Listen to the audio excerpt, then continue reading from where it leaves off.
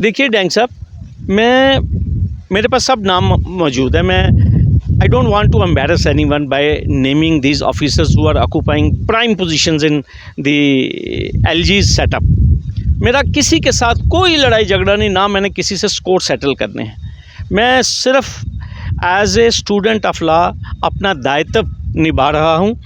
मैं सरकार को, जिस सरकार ने ये प्रण किया था 5 अगस्त 2019 को होम मिनिस्टर अमित शाह जी ने पार्लियामेंट में कहा था कि जम्मू कश्मीर में भ्रष्टाचार है, मैं उसी सरकार को ये कह रहा हूँ कि वो केस जिसमें कि गैर कानूनी तौर पे आर्म्स लाइसेंसेस बने हैं, मैं सिर्फ उस सरकार को याद करवाना चाहता हूँ जो सरकार नेशनल सिक्योरिटी।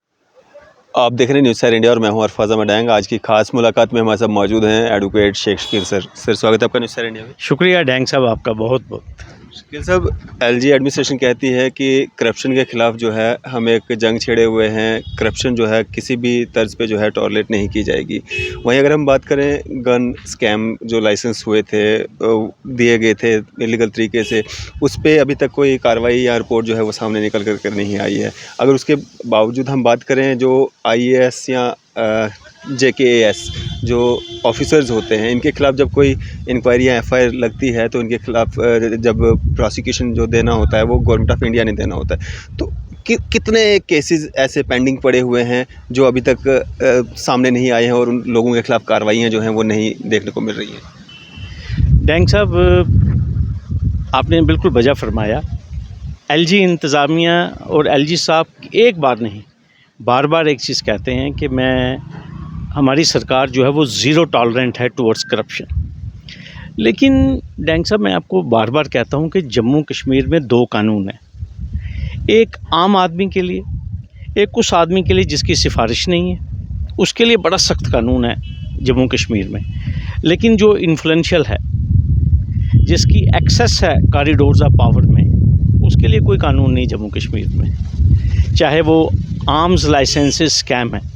मैं LG इंतज़ामिया की जानकारी के लिए, अपने जम्मू कश्मीर के अवाम के लिए ये बताना चाहता हूँ, एक मुफादे आम की एक जनहित याचिका PIL नंबर 9/2012 यहाँ जम्मू विंग में रवां है, पेंडिंग है। उस जनहित याचिका में हमने एक गुहार लगाई हुई है कि जितने भी स्कैम्स हैं जिनमें हाई अप्स इन्वॉल्व हैं, जिनमें IAS, IPS, IFS जो ऑल इंडिया सर्विसेज के मेंबर्स इन्वॉल्व हैं, उनके ख़िलाफ़ प्रोसिक्यूशन सैंक्शन जो है वो जम्मू कश्मीर की सरकार जो है उसमें डिले करती है, देना नहीं चाहती है। और ये मैं आपको बता दूं, उसी में एक स्टेटस रिपोर्ट जो है वो जम्मू कश्मीर सरकार ने दायर की थी अभी थोड़ी दिनों पहले। लेटेस्ट स्टेटस रिपोर्ट है जिसमें सरकार ने ये खुद एडमिट किया हुआ है कि 38 के करीब FIRs हैं जिनमें अभी तक प्रोसिक्यूशन सैंक्शन जो है वो अभी ग्रांट नहीं हुई है। 38 के करीब। और दूसरी बात जो सबसे इम्पॉर्टेंट है डैंग साहब, 2 FIRs जो हैं जम्मू कश्मीर की सरकार ने खुद CBI को ट्रांसफ़र की थी रिगार्डिंग आर्म्स लाइसेंसेस स्कैम, जिनमें हमारे डिप्टी कमिश्नर्स ने अपनी पोजीशन को अब्यूज़ करते हुए जो है वो एक बहुत बड़ी तादाद में जो है आर्म्स लाइसेंसेस जारी किए थे उन लोगों को जो कि एंटाइटल्ड नहीं थे। एक FIR VOK में लगी थी, एक VOJ में लगी थी। फिर जब जम्मू कश्मीर सरकार के ऊपर दबाव बना तो ये दोनों केसेस जो थे ये CBI को ट्रांसफ़र कर दिए गए, जिसमें CBI ने 2 FIRs लगाई हैं, एक FIR नंबर 6 और एक FIR नंबर 7। और मैं आपको बड़ी मज़ेदार बात बताऊंगा डैंग साहब, जम्मू कश्मीर की सरकार ने इन FIRs में इन्वेस्टिगेशन मुकम्मल करने के बाद अप्रैल 2021 में department of personnel and trainings को तमाम रिकॉर्ड सबमिट किया, एक DVD भी सबमिट की और साथ में DOPT गवर्नमेंट ऑफ इंडिया से गुजारिश की कि हमें जो इसमें मुलव्वस IAS ऑफिसर्स हैं FIR नंबर 6 और FIR नंबर 7 में, उनकी प्रोसिक्यूशन सैंक्शन दे दीजिए। ये अप्रैल 2021 में यहाँ से चिट्ठी गई है जम्मू कश्मीर सरकार की। अब डैंग साहब, मज़े की बात सुनिए, जून 2021 में डीओपीटी ने वापस चिट्ठी लिख दी जम्मू कश्मीर सरकार को कि कुछ इन्फॉर्मेशन जो है वो इसमें मुकम्मल नहीं है, आप हमें मुकम्मल इन्फॉर्मेशन जो है वो डिफेक्ट रिमूव करके इस फाइल में हमें वापस भेजिए। डैंग साहब, जून 2021 और अब हम जून 2023 में पहुंचने वाले हैं, अभी तक एलजी इंतज़ामिया ने उन फाइलों के जो डिफेक्ट्स थे, जो इनएडिक्वेट इन्फॉर्मेशन थी और वो इन्फॉर्मेशन जो थी डीओपीटी को जो सप्लाई करनी थी, इस आर्म्स लाइसेंसेस केस में 2 साल से एलजी इंतज़ामिया जो है वो उस फाइल के ऊपर बैठी हुई है। इससे पता चलता है कि हमारी एलजी इंतज़ामिया कितनी सीरियस है एक ऐसे केस में, आर्म्स लाइसेंसेस के केस में, जो कि नेशनल सिक्योरिटी का मामला है।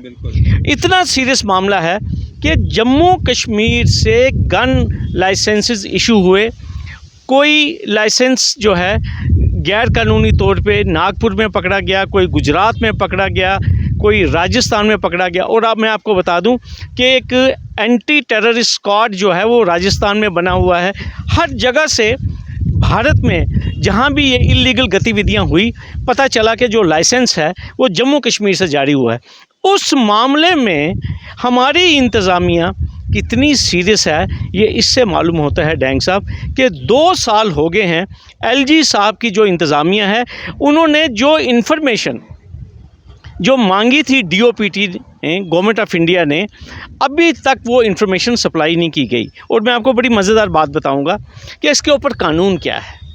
कानून ये है कि मैं आपको बता दूं कि सुप्रीम कोर्ट ने एक जजमेंट दे दी थी 2012 में, सुब्रमण्यम स्वामी वर्सेस डॉक्टर मनमोहन सिंह, जिसमें सुप्रीम कोर्ट ने यह कहा कि जब भी इस किस्म के मामला सामने आएंगे regarding accord of prosecution sanction in corruption cases, उन्होंने कहा था कि जब भी कोई प्रोसिक्यूशन एजेंसी कॉम्पिटेंट अथॉरिटी को अप्रोच करेगी और अगर 3 महीने के अंदर कोई भी जवाब अगर नहीं आएगा तो ये डीम्ड सैंक्शन है।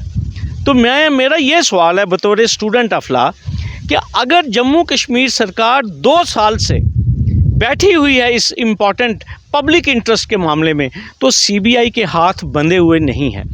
ये जो कानून है सुब्रमण्यम स्वामी वर्सेस डॉक्टर मनमोहन सिंह, इस जजमेंट के डिक्टम के मुताबिक सुप्रीम कोर्ट चालान पेश कर सकती है और ये कह सकती है कि भाई हमने तो जम्मू कश्मीर सरकार को कहा था कि आप हमें डिफेक्ट रिमूव करके दे दीजिए ताकि हम आगे प्रोसीड करें।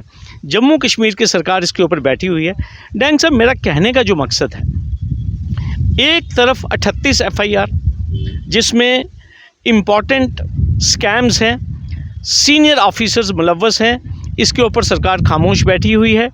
दूसरी तरफ आर्म्स लाइसेंसेस का केस है, इसी तरह कुछ केसेस पब्लिक सेक्टर अंडरटेकिंग्स के भी हैं, उसके ऊपर भी प्रोसिक्यूशन सैंक्शन जो है खामोश है।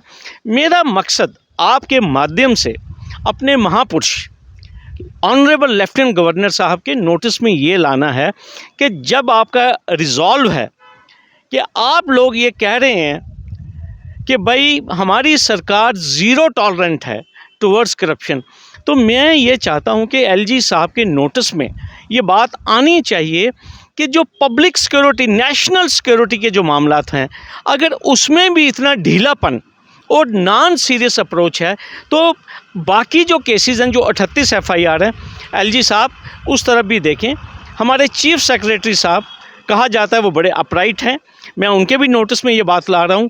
कमिश्नर सेक्रेटरी जीएडी वो तो सुपर ऑनेस्ट हैं, संजीव वर्मा साहब, मेरी उनसे भी गुजारिश है कि वर्मा साहब ज़रा फाइल टटोलिए।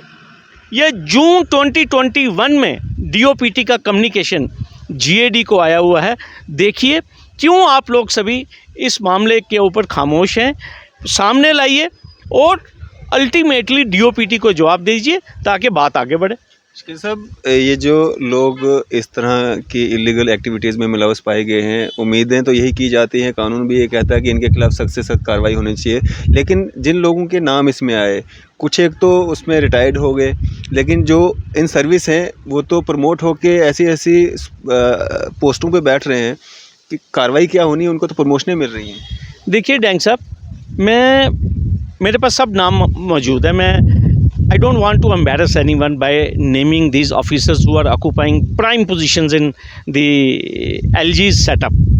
मेरा किसी के साथ कोई लड़ाई झगड़ा नहीं, ना मैंने किसी से स्कोर सेटल करने हैं। मैं सिर्फ as a student of law अपना दायित्व निभा रहा हूँ। मैं सरकार को, जिस सरकार ने ये प्रण किया था 5 अगस्त 2019 को, होम मिनिस्टर अमित शाह जी ने पार्लियामेंट में कहा था कि जम्मू कश्मीर में भ्रष्टाचार है, मैं उसी सरकार को ये कह रहा हूँ कि वो केस जिसमें कि गैर कानूनी तौर पे आर्म्स लाइसेंसेस बने हैं, मैं सिर्फ उस सरकार को याद करवाना चाहता हूं जो सरकार नेशनल सिक्योरिटी को सबसे टॉप एजेंडा पे रखती है। मैं सिर्फ उस सरकार को रिमाइंड करवाना चाहता हूं। 38 FIRs हैं जिनमें प्रोसिक्यूशन सैंक्शन अवेटेड है। आर्म्स लाइसेंसेस केस में जिसमें इन्वेस्टिगेशन मुकम्मल है, CBI बिल्कुल तैयार बैठी है चालान पेश करने के लिए, लेकिन प्रोसिक्यूशन सैंक्शन अवेटेड है क्योंकि GAD में फाइलें दबी पड़ी हैं। क्यों दबी पड़ी हैं, मैं सिर्फ सरकार को ये रिमाइंड करवाना चाहता हूँ। चलिए, शुक्रिया हमारे साथ बातचीत करने के लिए। धन्यवाद आपका। ये थे हमारे साथ एडवोकेट शेषकीर साहब। आपकी इस सब पे क्या राय है, अभी अपनी राय जो है ज़रूर साझा कीजिएगा। इसी तरह की मज़ीद अपडेट्स के लिए आप देखते रहें न्यूज़ सैर इंडिया। मैं अरफाज़ मडैंग, कैमरामैन शाहनवाज के साथ।